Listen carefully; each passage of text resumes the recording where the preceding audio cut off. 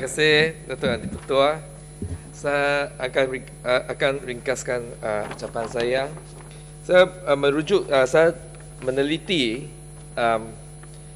anggaran perbelanjaan mengurus tambahan kedua 2007 secara amnya, dan apa saya berasa hairan adalah ketiadaan satu butiran yang mengenai satu angka 16 bilion 800 dan 1 milion 108,100,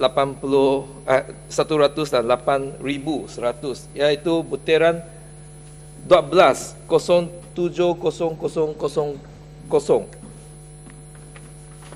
Dalam pembentangan anggaran perbelanjaan ini,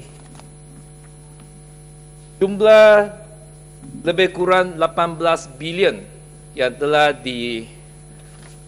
diminta oleh Kementerian Kewangan untuk diluluskan oleh Dewan Yang Mulia ini.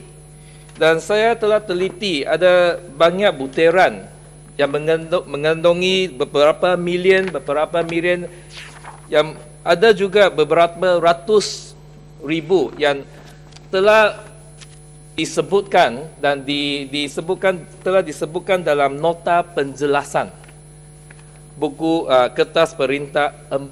Tetapi apa yang saya hairan adalah satu angka 16 bilion yang merupakan lebih kurang 90% daripada jumlah anggaran perbelanjaan yang dimintakan oleh pentadbiran,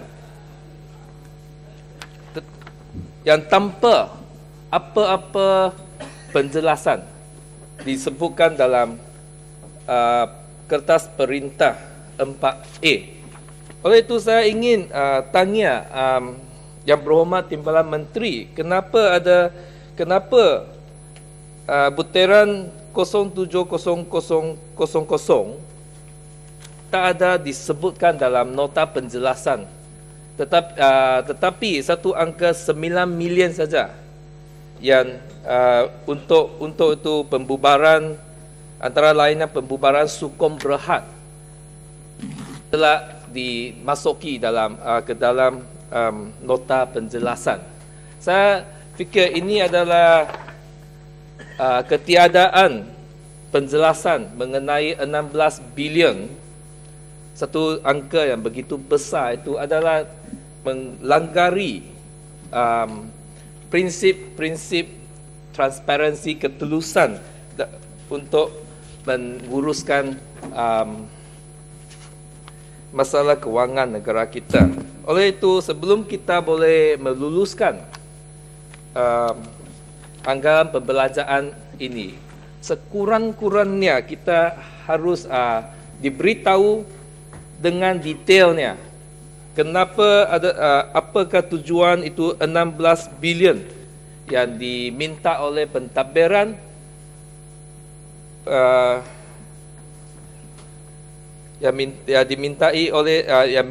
dimintakan oleh pentadbiran. Apakah kegunaan wang-wang ini di bawah butiran 12 ia adalah merujuk kepada peruntukan kepada kumpulan wang terkanun, dan kita mau tahu apakah kumpulan wang terkanun dan itu digunakan dan dibayar kepada siapa, atau badan-badan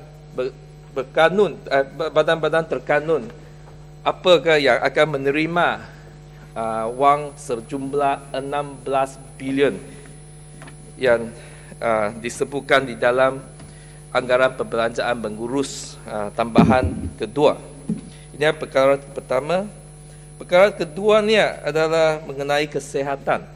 Saya amatlah bimbang semasa saya baca dari laporan New Straits Times pada hari Ahad yang mengatakan bahawa ada lebih kurang 42,000 pekerja-pekerja asing yang telah gagal dalam pemeriksaan kesihatan mereka selepas mereka bekerja di negara kita. Dan saya ingin tahu apakah polisi kerajaan, polisi Kementerian Kesihatan atas mengenai pekerja-pekerja asing, kerana apa yang saya dimaklumkan adalah kerajaan telah memberi satu konsesi kepada FOMIMA untuk meluluskan atau certify segala pekerja-pekerja asing mengenai pemeriksaan kesihatan mereka. Dan hanya FOMIMA yang akan meluluskan sama ada mereka layak atau sehat untuk bekerja di negara kita. Dan mengikut laporan yang saya baca dalam New Straits Times, ada lebih kurang tahun lalu ada 16,697 pekerja asing yang telah berjangkit tuberkulosis, dan ada 10,953 yang berjangkit hepatitis B, dan 2,824 yang berjangkit sifilis, dan 683 yang berjangkit HIV. Ini adalah satu kenyataan yang sangat membimbangkan kita. Dan daripada laporan yang sama itu, laporan Abba yang sama itu, dia juga berkata, dan saya memetik dengan izinnya, but a number of these workers, especially maids, were also certified as disease-free by the Malaysian authorities. Dan Malaysian authorities di sini dia merujuk kepada FOMIMA.